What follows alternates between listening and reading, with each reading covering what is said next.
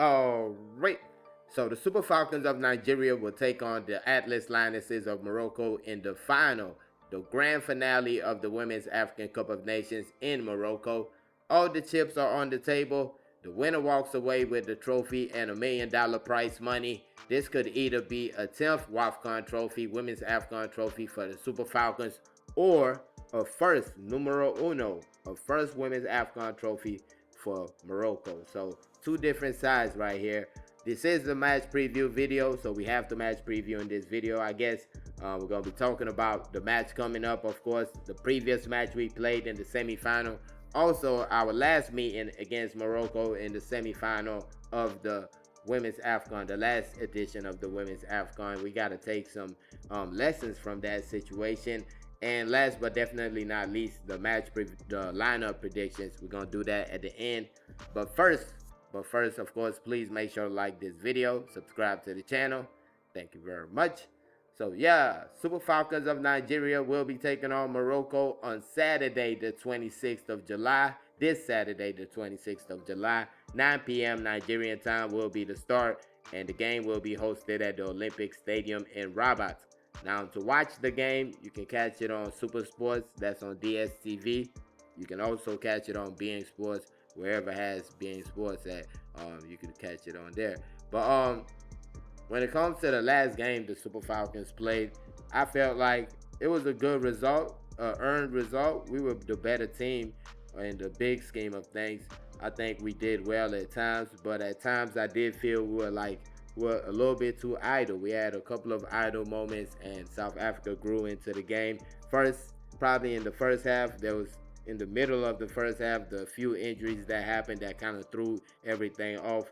And in the second half, to start, I don't think we started good in that second half. I felt like South Africa was kind of the better team for portions of that second half.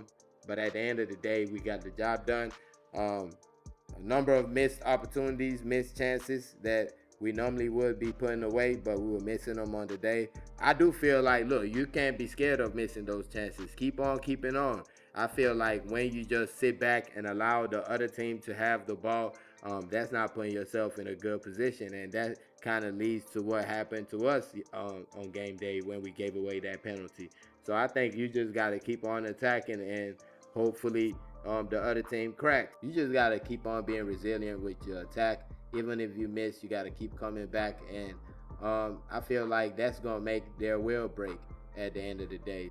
Now, going back to the last meeting between these two sides, that was, of course, the last edition of the Women's AFCON in the semifinal. The game ended in a draw, a 1-1 draw after 120 minutes. It goes to penalty shootout, and Morocco at the end get the job done. They move on to the final.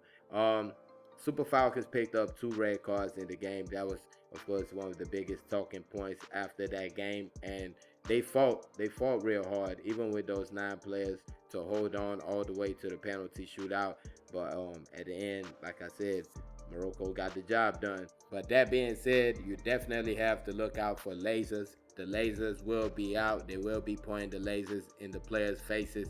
And yeah, I'm pretty sure that's going to happen. It happened in the last matchup, and it's more than likely going to happen now. I don't think CAF has come out and put any kind of measures to stop the lasers. So the lasers will be continuing. If it was up to me, I would have got lasers for the Super Falcons fans to even the odds a little bit.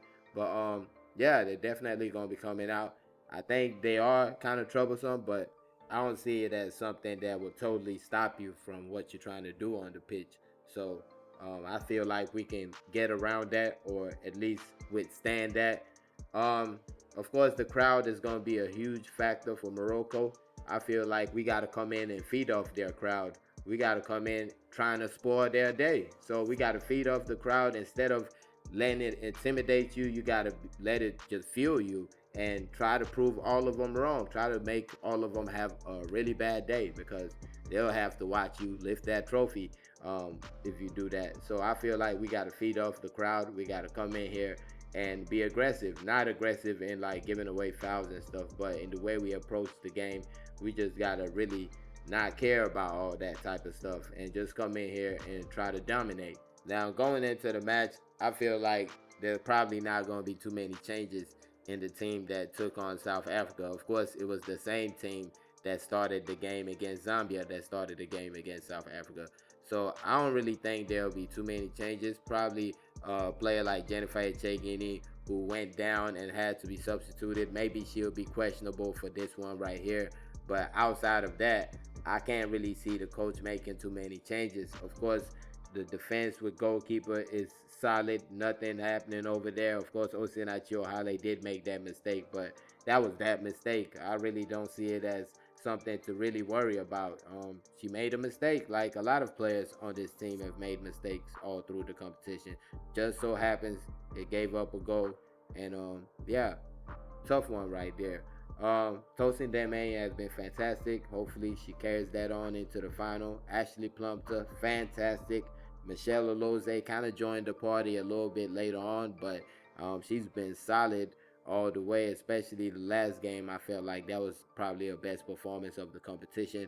Then you get Halimatu Ayinde, another player that has been very solid. Start to right now has been really good.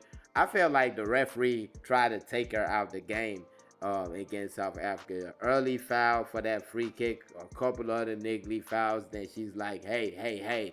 So that means you're kind of on the hook. Like your next foul might be a yellow card. So that kind of takes a little bit of aggressiveness away from our player.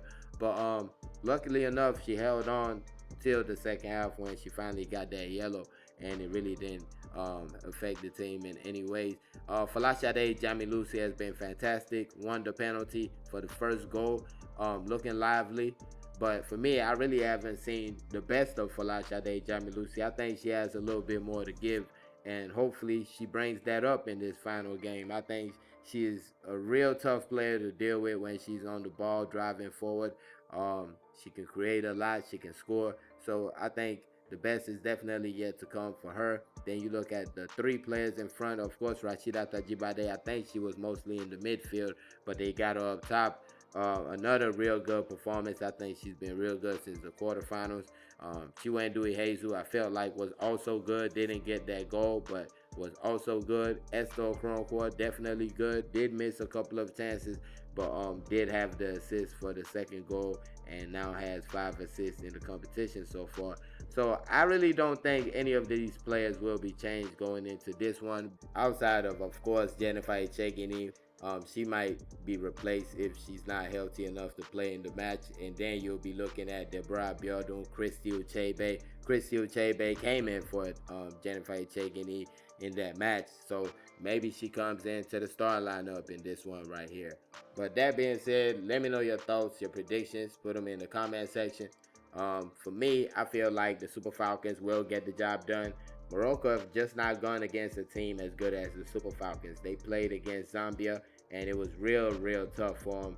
And I feel the Super Falcons offer even more with a better defense. And you also look at their game against Ghana, where they were on the ropes for the most part of it.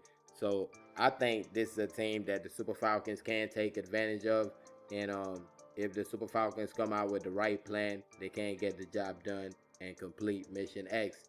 I really feel like this is a possibility, but we can't take anything for granted. We got to come out there and work, try to get that result, play for the win, not just sit back, allow them to do what they want to. We got to take the game to them if we're trying to take this trophy.